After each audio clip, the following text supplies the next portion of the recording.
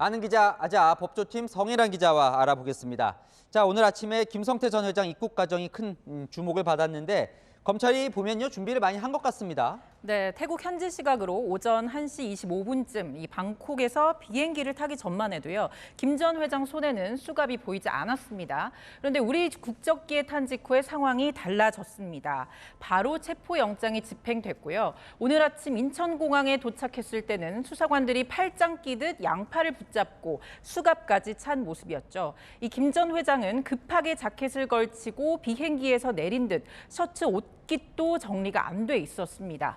입국장에 나와서도요, 방콕 공항에서와 달리 검찰에서 소명하겠다면서 말을 아꼈고요. 곧바로 수원지검으로 압송이 되어서 조사를 받고 있습니다. 자, 그런데요 어제 한동훈 장관도 그렇고 검찰 쪽에서도 김성태 전 회장이 태국 현지에서 말 맞추기를 시도했다 이런 의심을 하는 것 같아요. 뭘 의심하는 거예요? 예, 어제 한동훈 법무부 장관의 인터뷰 먼저 들어보겠습니다. 일방적인 인터뷰를 하고 관련자들에게 일종의 말 맞추기 신호를 보내는 것은 과거에 자주 있었던 일입니다. 네, 저희가 취재를 해보니까요. 김 전 회장, 이 태국 외국인 보호소에서 가족들과 측근들에게 전화를 여러 통 한 걸로 전해졌는데요. 검찰은 이 과정에서 법적 자문을 받거나 수사 대상인 사람들과 직간접적으로 말 맞추기를 했을 가능성 배제하지 않고 있습니다. 김 전 회장의 전 매제이자 금고지기로 알려진 쌍방울 재경본부장 김모 씨가 귀국 의사를 번복하고 송환 거부 재판을 계속 받겠다. 이렇게 의견을 바꾼 것도 누군가가 지침을 주거나 회유했을 가능성 있다고 보고 있는데요. 이 김 전 회장이 현지에서 언론 인터뷰 형식으로 자신이 인정한 혐의 그리고 부인하는 혐의를 공개한 것도 사전에 조언이 있지 않았나 의심하는 겁니다. 사실 이 부분이 제일 관심이었는데 김성태 전 회장은 이재명 민주당 대표에 대해서는 모르고 통화도 안 했다 이렇게 이야기를 하더군요. 네, 그렇습니다. 어제 김성태 전 회장이 방콕 현지 공항에서요.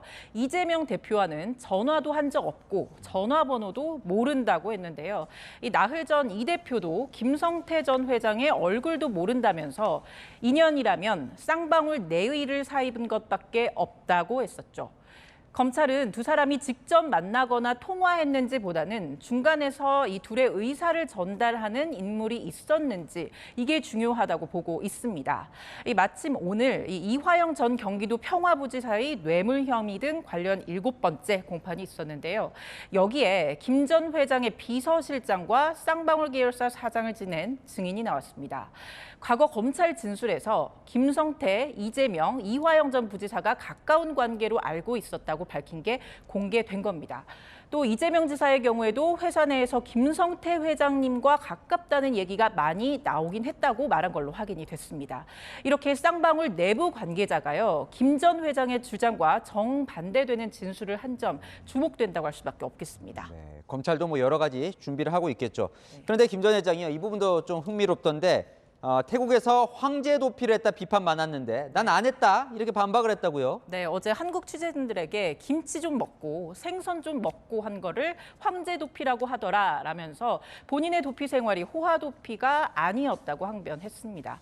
현지에서 수시로 골프도 친 게 드러났고 가수를 불러서 생일 파티를 여는 등 도피범 같지 않은 생활을 하면서도 마음은 편치 않았던 것 같습니다. 네, 또 책 한 권이 또 주목을 받고 있는데요. 방콕에서 김 전 회장이 출국할 때 들고 있던 그 책이요. 예, 뭐였죠?